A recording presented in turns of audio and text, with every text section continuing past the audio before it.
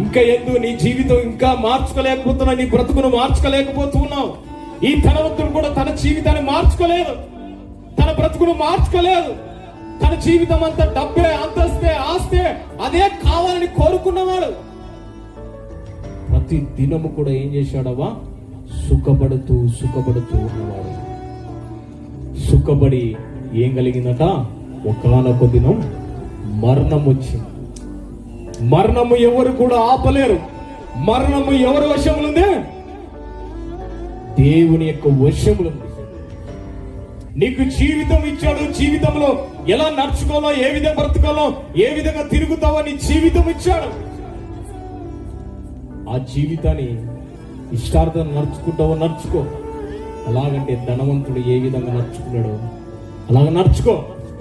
లేదనే దేవుడు మాటలు వింటాను, దేవుడు అనుసారం నడుచుకుంటానంటే దేవుడు నీకు నిత్య జీవము ఇవ్వబడుతున్నాడు, నిత్య రాజ్యం ఇవ్వబడుతున్నాడు.